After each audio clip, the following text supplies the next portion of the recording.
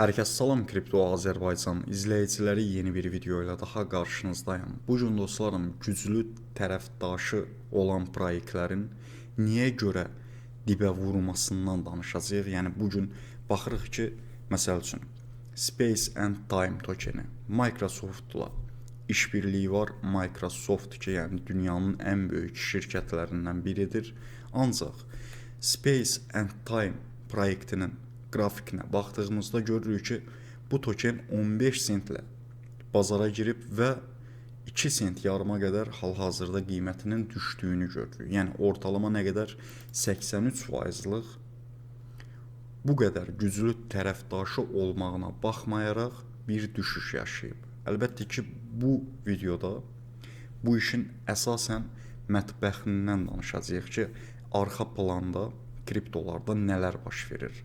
İlk öncə burada yatırım etmək şərt deyil.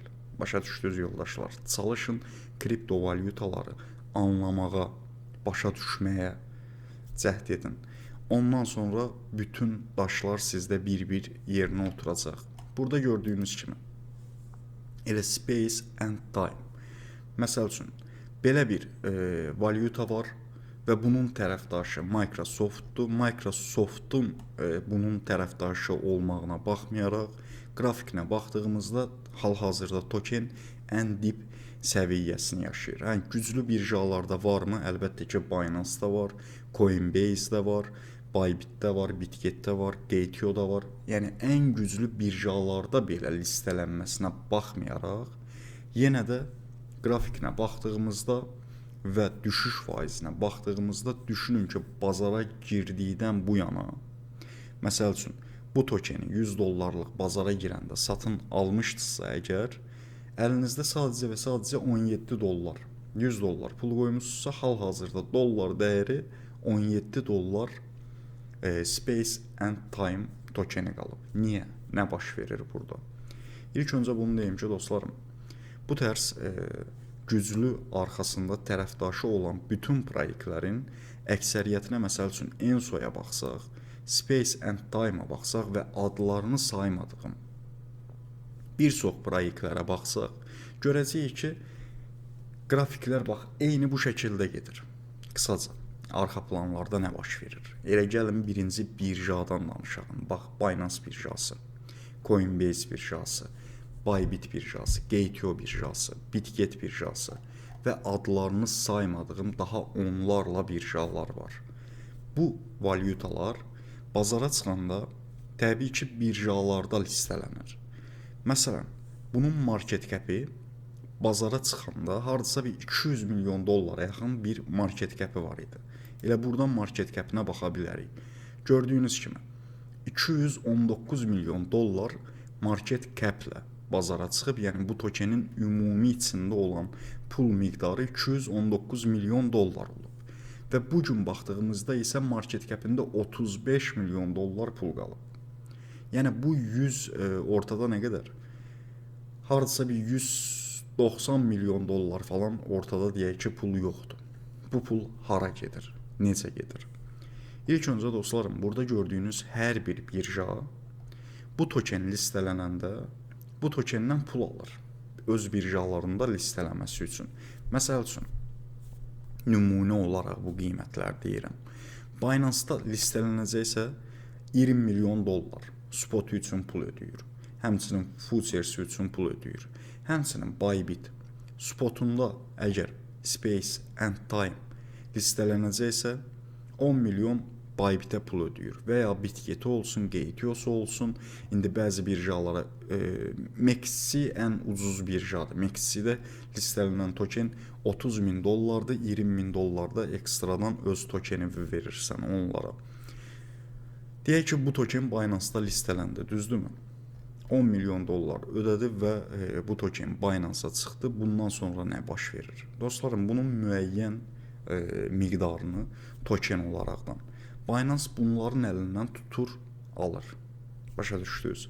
Bax, məsəl üçün, deyək ki, spotda listələndi. Spotda listelənəndən sonra Binance bunlara deyir ki, bizə ekstra da öz tokenindən, məsələn, təkrardan deyirəm, 10 milyon ədəddə token verməlisən. say olaraq. Yəni istəyir tokenin qiyməti 1 sent olsun, 10 sent olsun, fərq etmir. Məsələn də yəni deyir ki, tokenin bu qədər faizini mənə verəcəksən. Binance tokeni bundan alır və təkrardan nə edir? Bundan aldığı 10 milyon tokeni də satışını verir. Başa düşdünüz? Satış verir və USDT-ni götürür. Həmçinin bunu digər birjalar da eləyir və buna da artıq nə deyilir?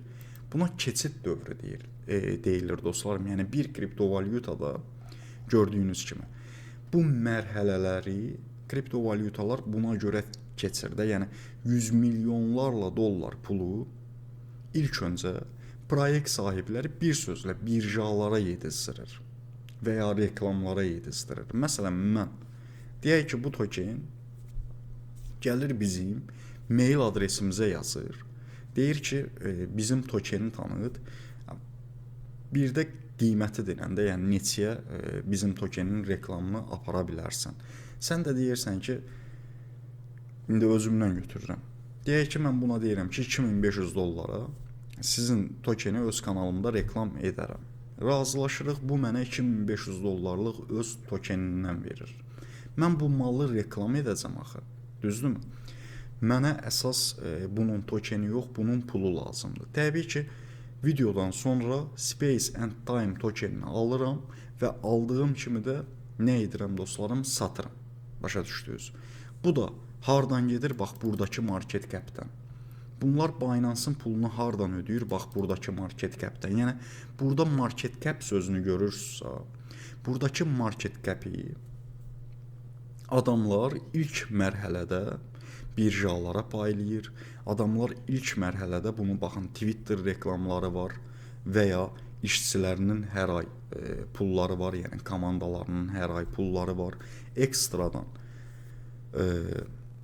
bu Twitter'da reklam falan yəqin dedim, YouTube'da reklamlar, çəkilişlər, dayanmadan Instagram'da reklamlar bu şəkildə insanlar da gəlir, düşünün ki, token populyarlaşır. Bax, bunun bu dəqiqə hələ adi Space and Time 8000 nə qədər coin market cap'də ulduzu var. Yəni bu da zarafat bir sayı deyil. X Twitter'ını açdığımızda isə baxın, indi hesabı açılsın. Bunun hesabı təəssüflər olsun ki, silinib, ancaq yəqin ki, açılar.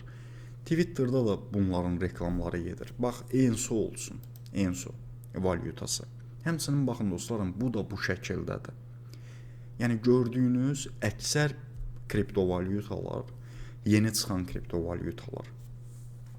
Bazarda yəni baxanda görürsünüzsə taxtası bu gündədir. Onda artıq başa düşün ki, yəni bunlar market cap'dən yeməyə başlayıb. Bax, ENSO kimi bir valyuta market cap'ini açaq, ilk başlarda nə qədər?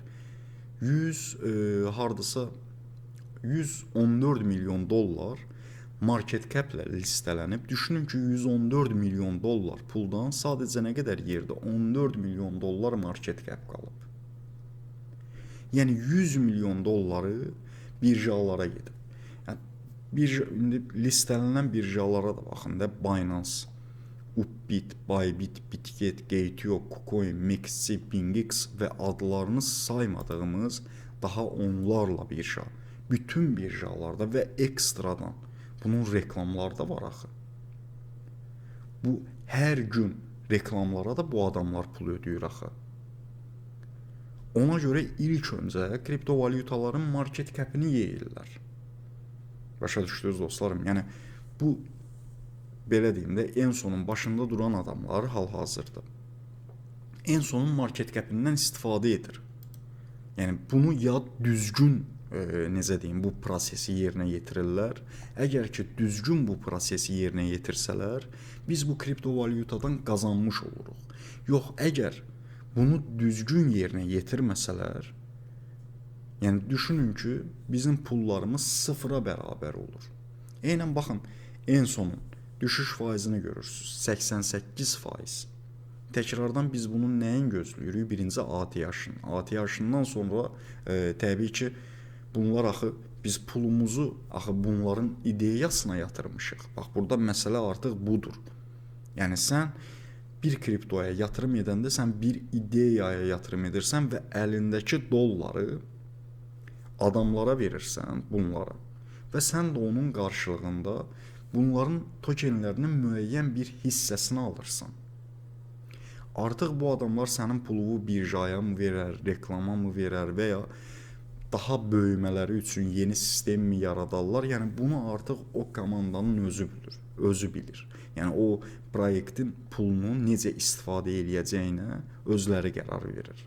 Eynən tokenlərdə bu gün Ethereum'un zamanında ön satışı 34 sent idi də, səhv eləmirəmsə, ön satışa 34 sentlə başlamışdı. Adamlar hamıya Ethereum'u 34 sentdən satdılar, ön satışını elədilər. Və bu günlərin bu pulu idarə eləyə bildikləri üçün Ethereum 5000 dollara qədər yüksəldi. 34 sentdən 5000 dollara qədər yüksəldi. Başa düşdünüz? Ona görə bu gün güclü kriptovalyutalar, tərəfdaşı güclü olan kriptovalyutalar gördüyünüzdə onların qrafiklərini açıb onların qrafiklərinə baxdığınızda qrafikin dibə vurması əslində normal bir haldır. Çünki keçid dövrü deyir ya, bayaqdan sizə bax bunu başa salmaq istəyirəm ki, bunlar keçid dövründədir. Bax, space and time dedik. Baxın dostlarım, Binance bunların xalası oğlu deyir ki, bunların kriptovalyutasını pulsuz listələsin və ya Coinbase və ya Bybit, Bitget.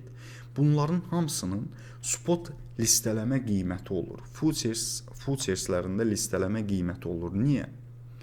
Çünki bu Binance birjasını deyək ki, sən istifadə edirsən, düzdür? Space and Time Binance-da görəndə gedib alırsan. Həmçinin spot demək özü bir reklam deməkdir. Başa düşdünüz? Yəni buna görə bu kriptovalyutalar, güclü tərəfdaşı olan kriptovalyutalar, indi düzdür, orada yeyintilər də olur. Yəni bax, burası da var. Əlbəttə ki, bəzi komandalar insafsızlıq edir və nə edir? Məsəl üçün 20 milyon deyək ki, Binance-a ümumilikdə pul çıxacaq. Oradan 20 milyon Binance-a verirlər, 10 milyon da özləri yeyirlər. Adi bir şeyə, yəni proyekt üçün xərcləmirlər. Yəni ki, sənin mənim güvənib yatırdığımız idarəsini etmələri üçün verdiyimiz pulumuzu bu adamlar götürür, neyinir? 10 milyon dollar pulu, yəni minlərlə insanın pulunu götürüb yeyirlər. Başa düşdünüz? Ona görə də bu günlərin qrafiklərə baxdığımızda bu tərs çöküşləri görürük. Ya bu birjalar üçündür, ya bu pullar, yəni buradan çıxan market cap, ya bu birjalara gedir, ya reklamlara gedir və ya güclü işbirliklərinə gedir və ya yeni bir komanda yaradırlar, o komandaya pul ayırırlar. Hamısı puldur və hamısı da bu market capdən gedir. Bax, burada sizə göstərdiyimiz market capdən gedir. Başa düşdünüz? Əgər ideyalarda uğurlu tutsa, bax, AB valyutası var. Bu keçənlərdə, bu 10 il, 20 il bundan qabaq olan bir şey deyil. Gördüyünüz kimi. İndi isə market cap'ini açalım. İlk başlarda bunun market cap'i nə qədər? 39 milyon zad idi də, düzdür? Yəni düşünün. Token 700-800 milyon dolları, 1 milyard dollara qədər market cap toplayır. Bax, burada artıq dayanır. Yəni 3 milyon, 4 milyon, 1 milyon dollara qədər market cap'ə düşür. Və ondan sonra bu token 1000x, bəli, səhv eşitmirsiniz, 1000x dəyərlənir.